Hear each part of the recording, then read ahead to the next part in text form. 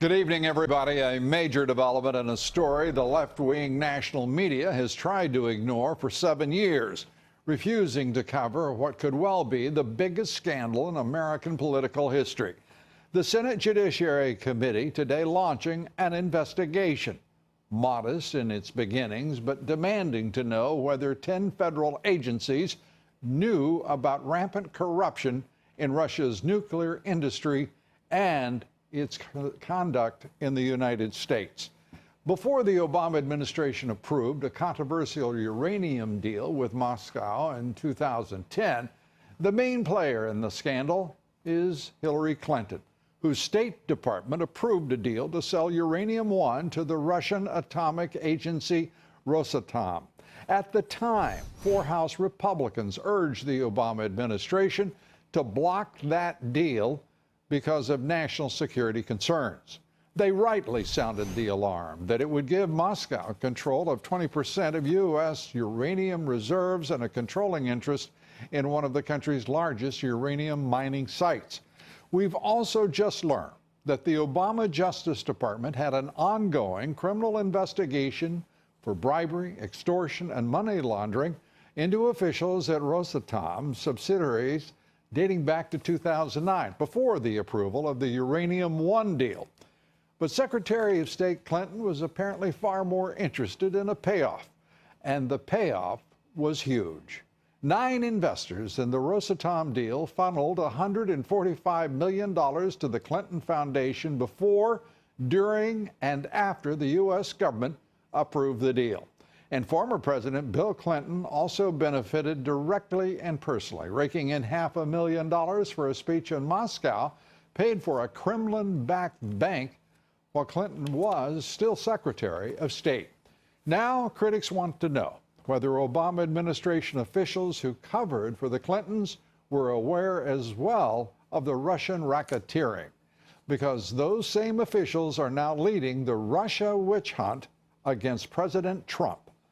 The web is sordid, but here it is. The Committee on Foreign Investment in the United States, or CFIUS, was in charge of approving the uranium-1 deal.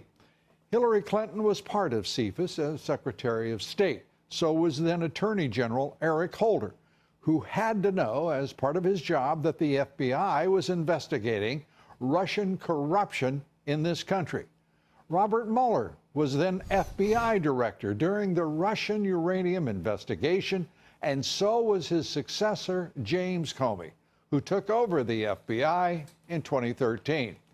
Then U.S. Attorney Rod Rosenstein was supervising the racketeering case, as was then Assistant FBI Director Andrew McCabe, whose wife ran for a Virginia State Senate seat and received some $700,000 from Clinton's supporter, Governor Terry McConnell.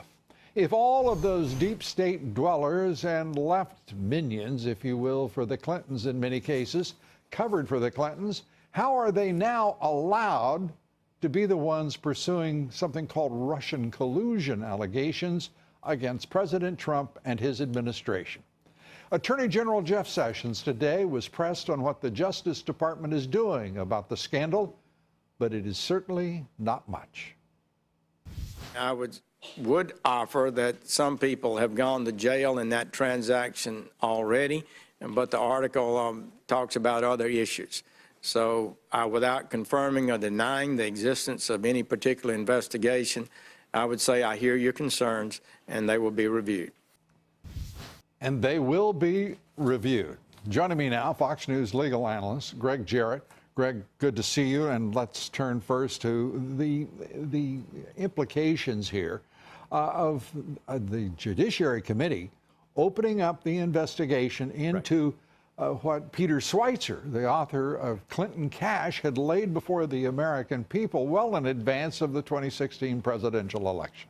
A year ago, I wrote that it looked like Hillary Clinton was engaged in racketeering in the uranium-1 deal. And now these documents uncovered by Circuit News and The Hill seem to prove it. And it's not just racketeering, which is using a business for a corrupt purpose, or businesses or charity, taking backdoor illegal money from Russia. But also, I've counted 5 different anti-corruption statutes that she appears to have violated if the evidence is as reported. It would be bribery and fraud, wire fraud, bank fraud. I mean, all kinds of anti-corruption statutes. There ought to be a second special counsel appointed to investigate Hillary Clinton over these corruption allegations. And while you're at it, why not reopen the espionage investigation into her private email server? The private email server scandal, now evidence that James Comey, then the fired director of the FBI, had prepared a document exculpating the Secretary of State before there was an investigation or testimony or any kind of direct testimony from the Secretary of State and other key witnesses. This is, and people are sort of frozen in time. They're not reacting. We're not seeing the Justice Department move here. We're talking about top officials in the Justice Department, the former Secretary of State and presidential candidate who, on the face of it, were involved in a pay-for-play scandal at the Clinton Foundation.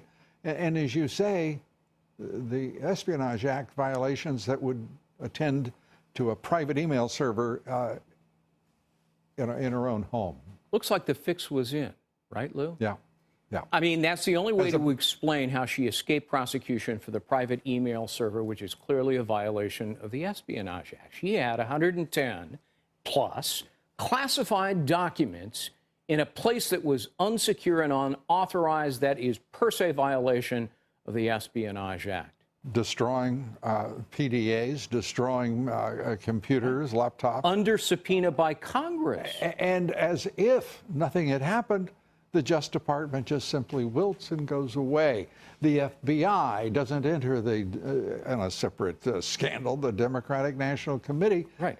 The DNC tells them to go away just because the Russians had penetrated their firewalls and had hacked into the DNC computers. They simply go away because the DNC didn't want the FBI nosing around. Right. And the great point you made in your opening remarks is the people who are now investigating Trump for Trump-Russian collusion are the very people who, according to these latest documents uncovered, were covering up Hillary Clinton Russian collusion.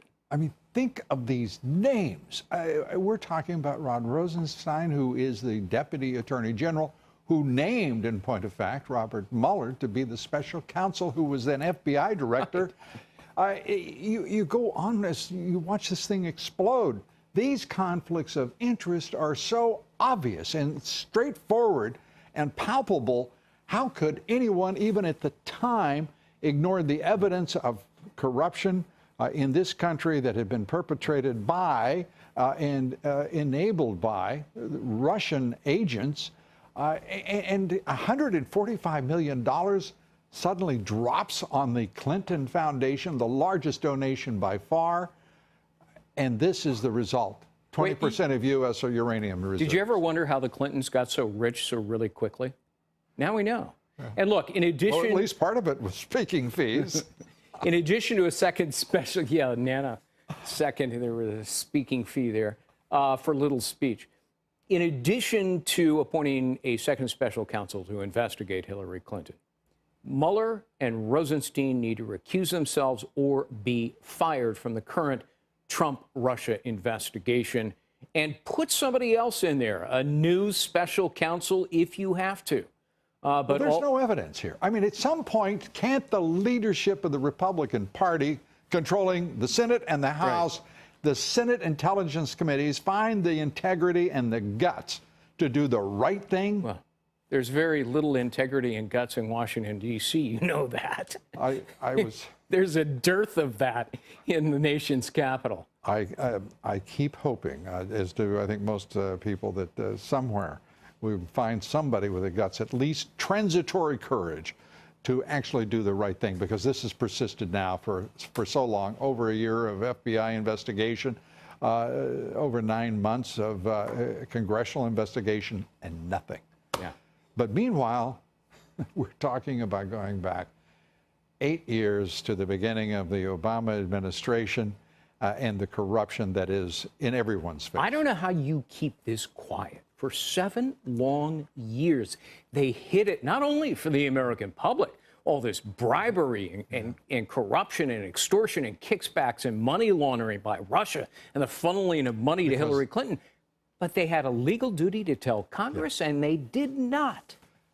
I think that there are two immediate answers to the why question, and that is the corruption is almost absolute in Washington, D.C., and secondly, the failure of the national left-wing media is an ideological one, and the last thing they would do, as they demonstrated, would be to make any kind of a problem for the Clintons, whom they've comforted through 3 decades. The media is complicit. Greg Jarrett, great to have you here. Thank you. Good to see you, Lou. We're coming right back. Much more, and I do mean much more. It has been an extraordinary day. Stay with us. We'll be right back. President Trump says he wants health care reform for all Americans, not to bail out health insurers. We're going to see the bipartisan, and Lamar Alexander's working on it very hard from our side. And if something can happen, that's fine. But I won't do anything to enrich the insurance companies. We take up the president's battle to dismantle Obamacare, to pass tax reform, and move the president's agenda forward. Congressman Ron DeSantis with us here next. While Roger Goodell says the NFL doesn't want to play politics, it seems politics has overtaken the NFL. Just how low will the left go? We take that up and much more straight ahead. Stay with us.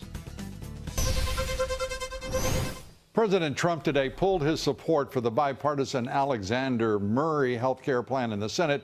The president called the deal a bailout for health insurers. I won't do anything to enrich the insurance companies, because right now the insurance companies are being enriched. They've been enriched by Obamacare like nothing anybody's ever seen before. Joining us tonight, Congressman Ron DeSantis of Florida. He's a member of a number of key House committees, including Judiciary, Foreign Affairs, also a member of the Freedom Caucus. Congressman, good to see you. Good evening. This is a good evening to you. This is a decision on the part of the president to stop a movement that would have supported the insurance companies and the subsidies that go directly to the insurance companies. It would have been a salvation for Obamacare, would it not? Of course it would have been. And Lou, the president's right.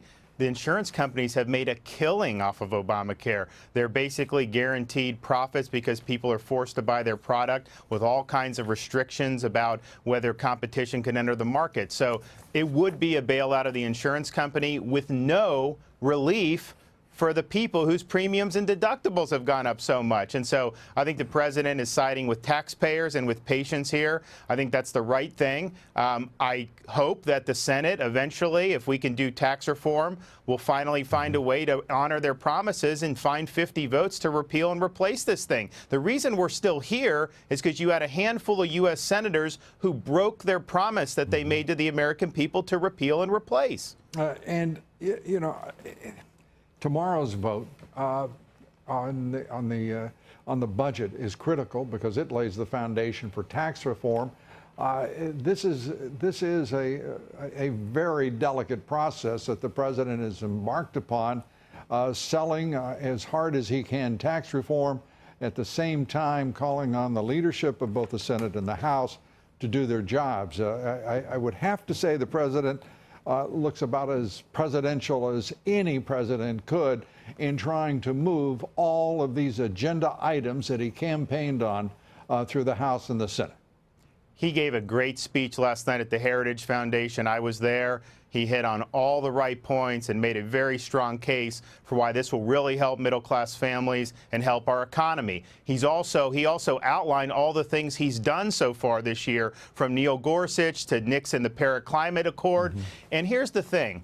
At some point, We need all the Republicans in the Congress, and the House has passed a lot of his bills, but the senators need to stand up and support this agenda. That's what their voters wanted. Some of them would not have been elected had Trump not run for president. So now is the time. I think if we can do tax reform and then do Obamacare, repeal and replace finally at the beginning of the year, I think the president will get at least one more Supreme Court justice before next November's elections. He could go into the midterms with an outstanding record of accomplishment that even surpasses Reagan's first 2 years. But the Congress has got to get in line and help him out. Yeah, and you've got to give some considerable credit to Lindsey Graham, to Rand Paul, who have decided to align themselves, not on all issues, but to align themselves in the most important and urgent issues with the president. That bodes well, does it not, for the possibilities of moving the agenda through?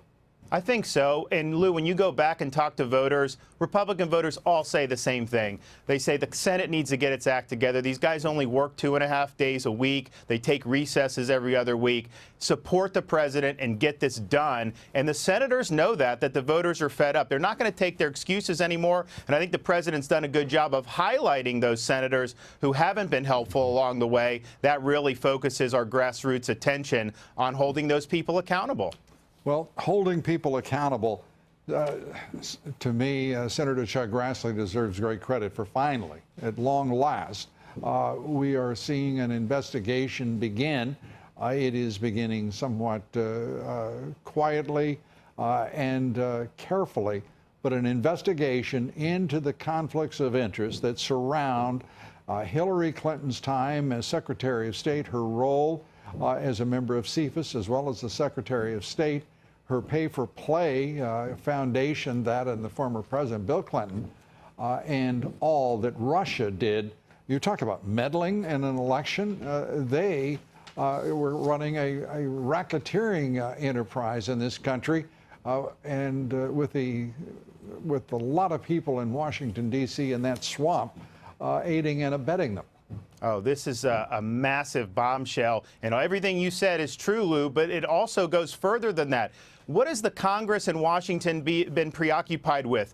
Trump-Russia collusion. After all these months, how much evidence is there of Trump-Russia collusion? Zilch, zero, nada. And yet you have a special counsel, Robert Mueller, who I filed an amendment to our spending bill in September to sunset the Mueller investigation because I don't think he should have been appointed to begin with. Right. But this is the guy who was heading the FBI when all this Russia stuff was going on. That is a significant conflict of interest, and that's something that Congress and the House, we've got to take this head on. The Clintons, the Foundation, Uranium One, and also Comey, Mueller, Rosenstein, all of them, and we need to get the facts and we need to hold people accountable.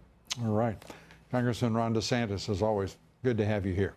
Thanks, Lou. Thank you, Congressman. Be sure to vote on our poll tonight. The question is, do you believe Attorney General Jeff Sessions should launch major inquiries into Democratic wrongdoing or step aside in favor of someone who will?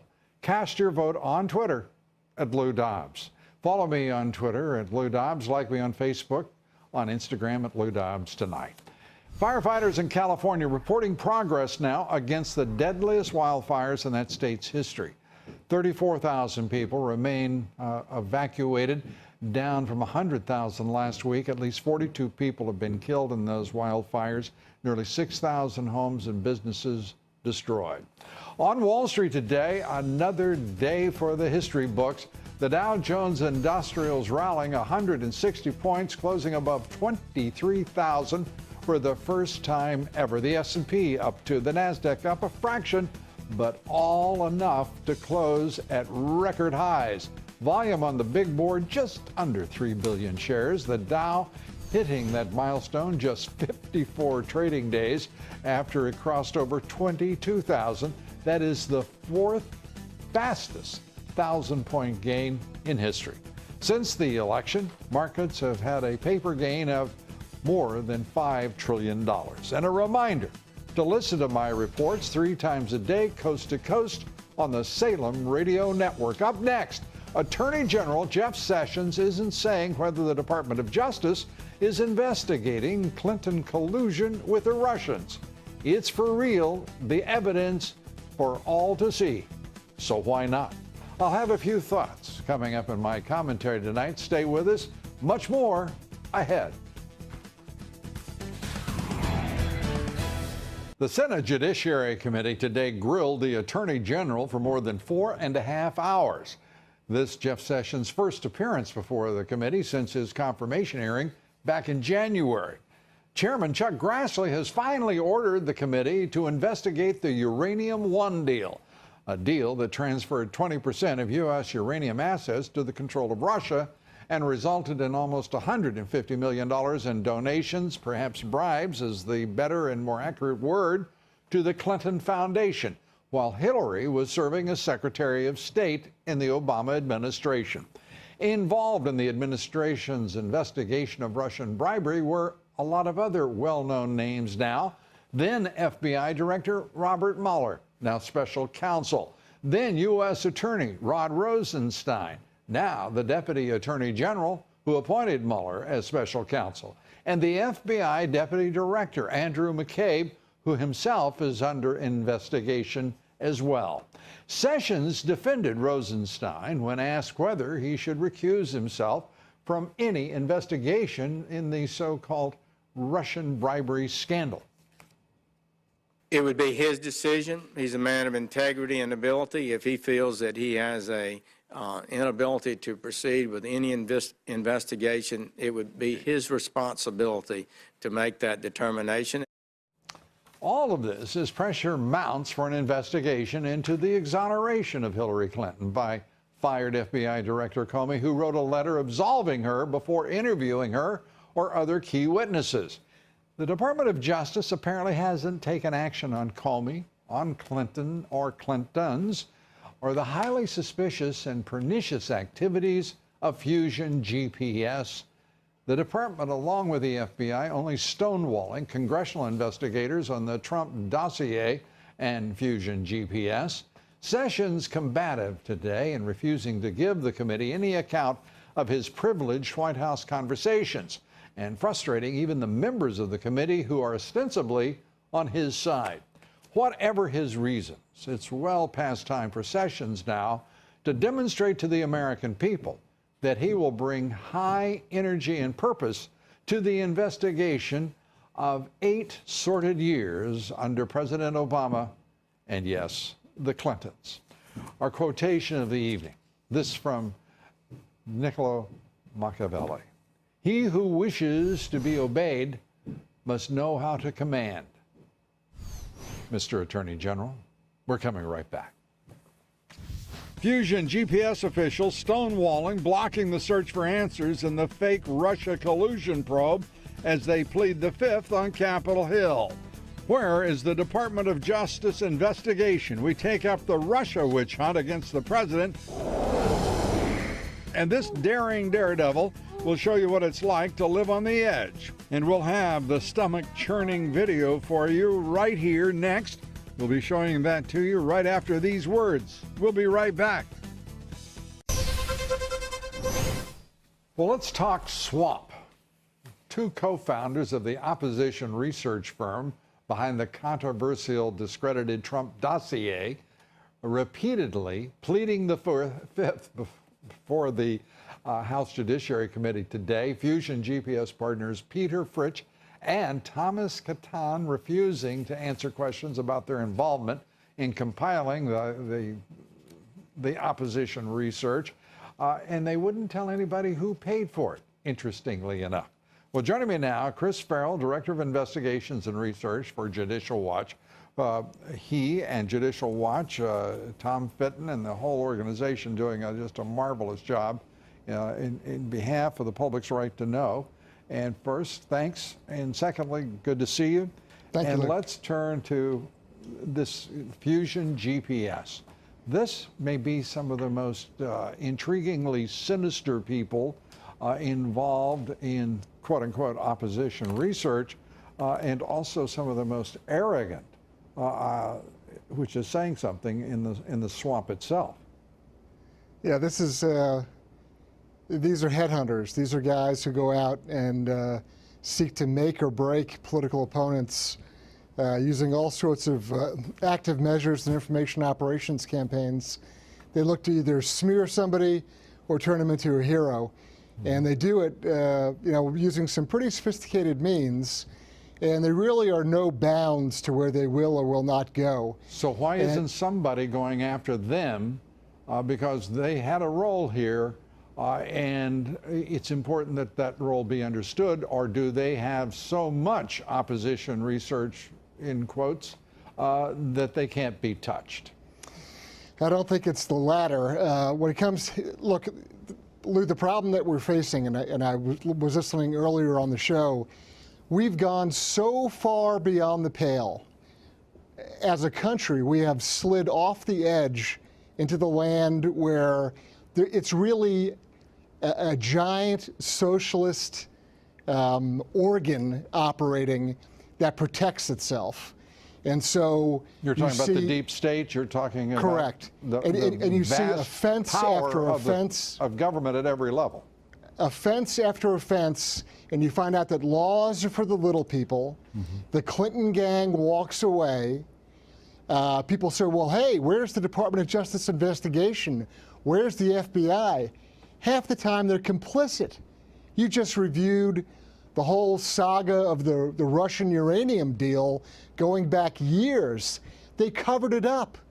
The people who are knowledgeable, who had direct firsthand knowledge, who should have either brought prosecutions or developed investigations, they're the ones who kept their mouths shut for years. But Chris, we're talking about the very same people who are pursuing without any evidence of any kind, whether as a result of more than a year of investigation by the FBI or more than 9 months of investigation by congressional intelligence committees, the Trump-Russia collusion. Yeah, this is maddening. Not only is it maddening, this is evidence that we are becoming a failed state. And I'm not exaggerating when I say that.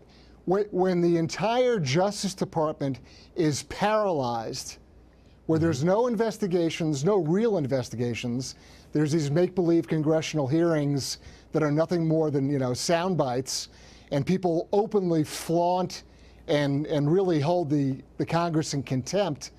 And then when Congress holds them back in contempt, nothing happens. But we have a paralyzed Justice Department and FBI. We have the key leaders either unwilling to do anything or they themselves are personally compromised. These are all sort of symptoms or evidence of a failed state. That's where we're going. And we're doing it fast. It has been fast, but the law enforcement, intelligence agencies not acting quickly at all over the course of the last 8 years, particularly under the Obama administration. You talk about a failed state. Is there any better evidence of the corruption of the leadership of the FBI and the Justice Department than the fact that I can't think of a single investigation in the Obama era that resulted in even a report, let alone a successful resolution of a major investigation? You can talk about Benghazi. You can talk about Fast and Furious. All the FBI was sent in as a way to say, no, we can't talk about that. We're going to have to stonewall you, and we have as our perfect excuse an FBI investigation about which we cannot speak, and you never hear from them again. The FBI has become the place where investigations and truth go to die. Correct. And you have Lois Lerner turning over 1.25 million taxpayer files to the FBI and telling them, go ahead and kind of thumb through them, see if you can find anything. Well, the FBI is then complicit in her misconduct. That's why there's no prosecution of Lois Lerner. That's why everybody at Justice Department just walked away from the IRS scandal, because they were in the middle of it. They're not going to investigate themselves. This level of corruption, really, I'm telling you, it's not an exaggeration. We are at the edge of being a failed state because there is no real accountability. There are no consequences. The general public sees this. They know. They know what's going on. I hesitate to even ask this question, given all that you have said here tonight. and about the prospect of being a failed state. Let me ask you if there is any optimism in your dark perspective here tonight, at least, Chris, that says that the Judiciary Committee and Chuck Grassley, the chairman, can carry out a successful investigation of the Clinton corruption that goes back 9 years. You know where the hope is, Lou? Frankly, the hope is in Judicial Watch, because we're going to carry on our own investigation. We don't quit. We don't go away. We don't forget. We filed a lawsuit 2 years ago, in 2015, over this CFIUS, the Committee on Foreign Investment in the United States, and this Russia deal. We've been suing over this for 2 years. There hasn't been a single congressional hearing. Yeah. What member of the so-called leadership in the House and Senate even discusses the Alwan brothers and Debbie Wasserman Schultz and her server? Yeah, it is absolutely frustrating to nearly every Judicial American. Watch will continue to pursue it. We're not going to let it go. And we appreciate that. We're grateful, and we commend you. But when our legal system permits there to be 2 years interval to bring 30 pages of documents forward to satisfy the public's right to know, it is perilously close to a failed state. You are correct. Chris Farrell, thanks for being with us. Thank you. Not uplifting, but straightforward with the truth. And as always, we're strong enough for that and demand more of it. Thanks so much, Chris. Thank you. Please roll the video now. This daredevil launching himself, that's right, he just jumped off an 800-foot cliff in Yosemite National Park. He did so without a chute, but as you see there, he had a lot of rope. The 33-year-old calls this rope jumping, which is leaping off a cliff while attached to a high-line rope safety system, as you see here. He was planning this incredible jump for more than a year, and after that, one jump, and the planning paid off. A successful jump. Up next, Senate Majority Leader Mitch McConnell now says the Senate should be working harder. The Senate Majority Leader is calling for the Senate to work on Fridays and weekends to deliver now for President Trump. Ed Rollins joins me. We'll take up McConnell's newfound energy and ambition and the prospects for success. Next, stay with us. Joining us tonight, Ed Rollins. He's chairman of the Great America PAC, esteemed member of the Political Consultant Hall of Fame, Fox Business contributor, Great American.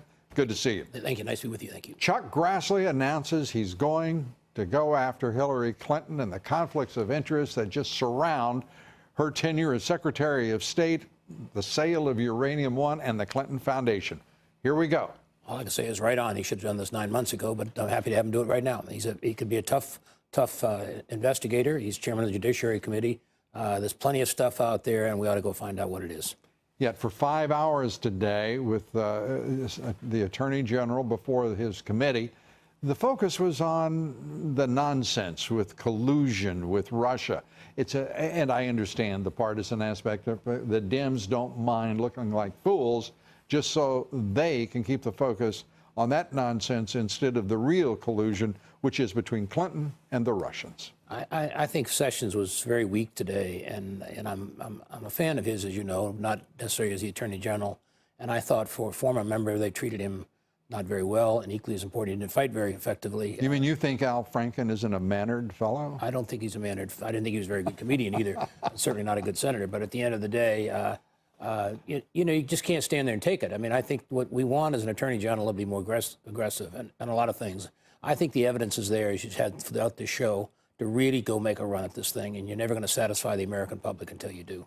And what do? I mean, half of the FBI's leadership, it seems, is compromised and in conflict, and yet they persist. Mueller as special counsel, Rosenstein as deputy AG, who put Mueller in place, and Andrew McCabe is still at the top of the FBI, second man there. They don't believe in conflicts of interest, and obviously they're full of conflicts of interest. And the problem with the Justice Department is there's too many people that have been friendly with each other for too long.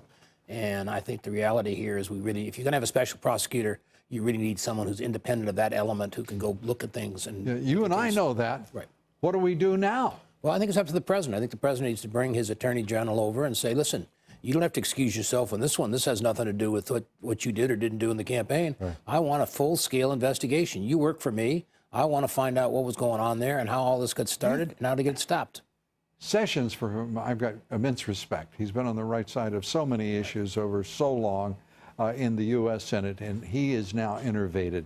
He seems utterly lost and lacks the energy to be focused and to drive investigations, or so it seems. And if I'm wrong, I suspect we'll find out. But that's what it looks like now, and it's gotta change. Well, it has to change. Otherwise, we just continue. I mean, what these charges on the Russian uranium stuff is absolutely sabotage to this country. And I think to a certain extent, as I watched him today, I was saying, what a difference it would be if Rudy Giuliani or someone, Chris Christie, who I'm not a big fan of, but someone who's at that tough prosecutors on our side, and that's what you need at this point in time, someone who's going to go out and make the case. I have to tell you, it occurred to me that Sessions is doing this. He recused himself. He is laying back under that rubric of recusal as an excuse to be utterly docile and not move forward. The role model ought to be Eric Holder, not from the point of view of being a good attorney general, but for someone who basically was always protecting and doing what his candidate wanted. The attorney general has to understand he works for the president of the United States like every other cabinet post, and go do what the president wants. And the president has to make it clear, this is what I want. And right now, frankly, there seems to be this idea that the president doesn't have the power to say who he wants investigated, and that in and of itself isn't true. It's not true, absolutely. Ed Rollins, as always, good to see you, my friend. Thank you. Up next, Roger Goodell says the NFL won't punish players who insult the flag. In fact, he won't even order them to stand up. Leslie Marshall, Mark Simone join us right after the break. Stay with us. We'll be right back.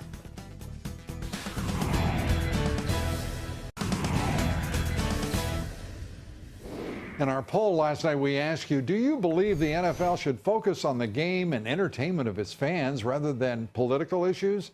97% of you said yes, that's the way to do it. That was the good old days. Well, joining us now, radio talk show host, Fox Business contributor, Leslie Marshall, radio talk show host on New York's WOR, Mark Simone. Good to have you both with us. Leslie, let's start with Roger Goodell says they don't want to be in politics.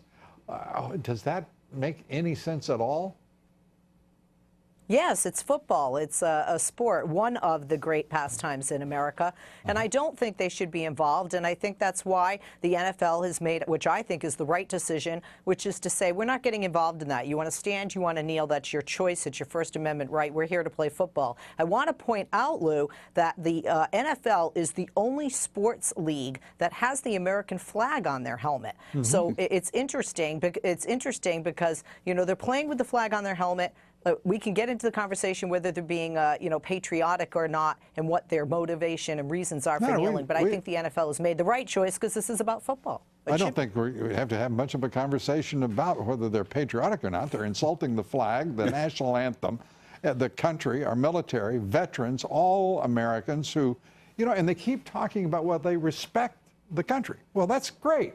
Yeah. We should all respect it. We should all love this country. I want to hear somebody over at the NFL say, we love America. Well, you got a long wait coming. How? Roger Goodell is the Jeff Sessions of the NFL. His philosophy is lose control of the situation from the first second so you can never take charge. They had an owners meeting. These guys are all billionaires who built empires. They're being pushed around by a bunch of 25-year-old C students and being told what to do.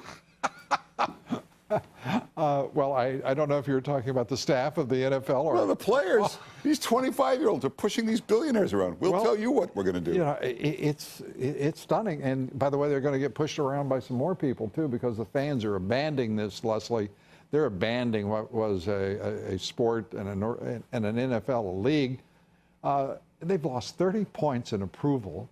That brand is crashing, whether they want to acknowledge it or not, amongst themselves as they make a decision not to do anything, basically. And they've lost 20% of their audience on television from 2015. seems like sheer suicide in business terms.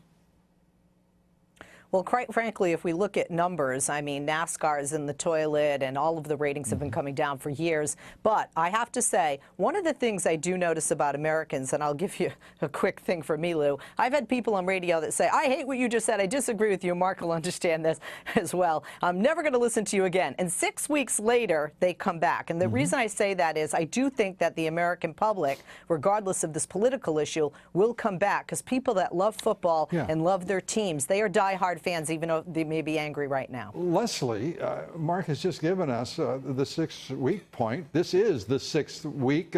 We've now got the empirical evidence. They haven't come back, Leslie.